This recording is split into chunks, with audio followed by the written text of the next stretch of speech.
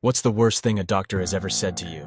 I was 14, I was getting on medicine where I was forbidden to get pregnant because there would be horrible birth defects if it happened. So, in order to get that medicine, I needed to be on birth control. My doctor asked me if I was a virgin, which I confirmed. He called in a nurse and told me he needed to do a quick exam to confirm this before prescribing birth control.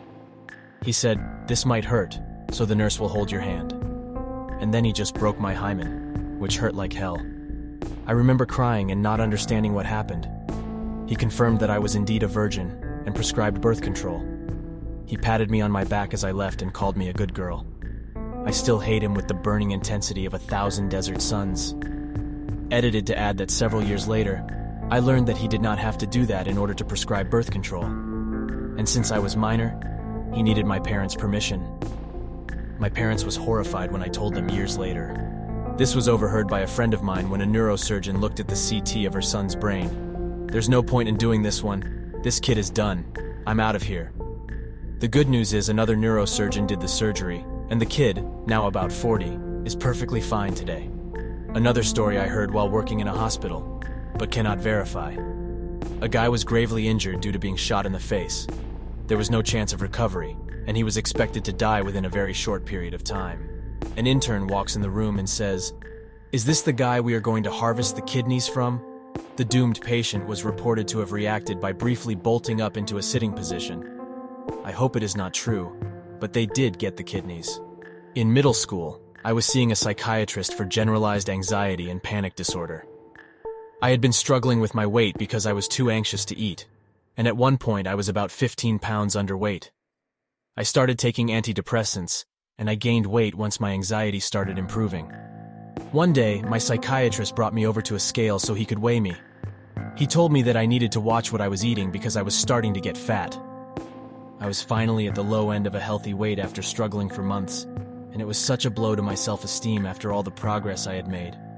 I broke out in tears as soon as he said that. It crushed me. My mom yelled at him, and we walked out of his office and never came back. That I had bipolar disorder. I was medicated for it. It didn't work, so he kept increasing the dose. Eventually, I was taking 800 mg of Seroquel a day. I was so doped up I couldn't read, dropped out of college. I couldn't sleep without it anymore, and when I tried, I stood up for almost a week. Had to move back with my father because I wasn't able to care for myself anymore. Tried to kill myself a couple times, ended up under observation. Doctor considered shock therapy. After almost 10 years lost, I had switched doctors, found a good therapist, and started the process to remove the meds. Turns out I'm not bipolar. I'm autistic. I don't have mania. I have sensorial overload and hyperfocus. I act weird when put in chaotic situations because they overwhelm me. After 2 years of therapy, neurologist and psychiatrist appointments, and hundreds of pages of diaries and reports written, I finally got a proper diagnosis and I'm free from that. I'm not getting those 10 years back though. My mom died during that time, and I'm not getting her back either. I'm in college again, but the opportunities I lost are gone forever. And the doctor? He's still out there getting paid by the fucking drug company to push their product. Fuck him. I was 19, 21 weeks pregnant. I'd just been told at my 20-week scan that my cervix was dilating, so I needed to take it easy, but baby was perfectly fine and healthy. Not even a week after the scan, I was in hospital with bleeding and contractions. A threatened miscarriage, they called it. It was April 1st, and I wished I was being fooled. The next day, the OB in charge came in to discuss the situation, and I asked him if there was any way to stop the contractions and keep my baby in until he was viable. What he said made my blood run cold. Miscarriage is just nature's quality control. I gave birth that afternoon, and my son survived for an hour before passing. I complained and received a written apology from the DR, and in my subsequent pregnancy I refused him for my care. I was struggling to regulate my blood pressure due to POTS, and I passed out while I was in the shower. I knew I had a concussion from hitting my head during the fall, and my girlfriend decided I should go to the emergency room. I had been fainting on and off every few hours for a few days, and with the concussion we were both worried. I passed out on the car ride and nearly collapsed inside the ER. After checking in, a phlebotomist came to draw my blood, and she was muttering under her breath about how I was a waste of time, saying it was too busy to be taking care of someone healthy, saying I was just looking for painkillers, assuming I was faking everything, and proceeded to tell my girlfriend that she shouldn't have brought me in. Then, after she left, someone else came in and looked between me and my girlfriend and said, "This must be your sister. Is your boyfriend on his way?" And I had to tell the lady that I am a lesbian and that my partner brought me in. She gave the typical, "Oh, I see," response and left. I was taken back for a CT and I was told that everyone passes out, it's not a big deal, and concussions happen all of the time, so I shouldn't have even wasted their time. Low blood pressure isn't a big deal, and POTS is just something teenage girls make up for attention. After the scan, a nurse came in to tell my girlfriend that the doctor would be in shortly, and my girlfriend had asked if there was something they could do because I was still struggling to stay conscious, and I wasn't acting right. The nurse told her, "If you notice any changes in her behavior, we'll see what we can do, but there's nothing we can do right now." My girlfriend said that nothing about my behavior that day had been normal, and given the fact I don't remember the days prior to the ER visit, I'm going to make my best guess and say something was probably very wrong. An hour or so later, the doctor came in and looked around the room. He said, "Oh, I thought surely your boyfriend would be here by now. Well, when he gets here, let him know that the doctor says you do in fact have a brain. I have seen it firsthand.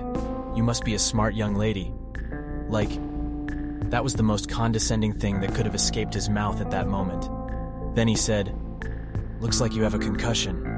There's nothing we can do for you tonight. It just takes time to heal. Go home and rest. And if you notice any changes in your behavior or mood, come on back." No thank you. I will not come back actually. I just spent $1,500 to be told I have a vital organ that he does not have. Cool. That was the most frustrating interaction with a healthcare staff I have ever had. My sister called me in tears, saying she couldn't even stand up, she was in so much pain.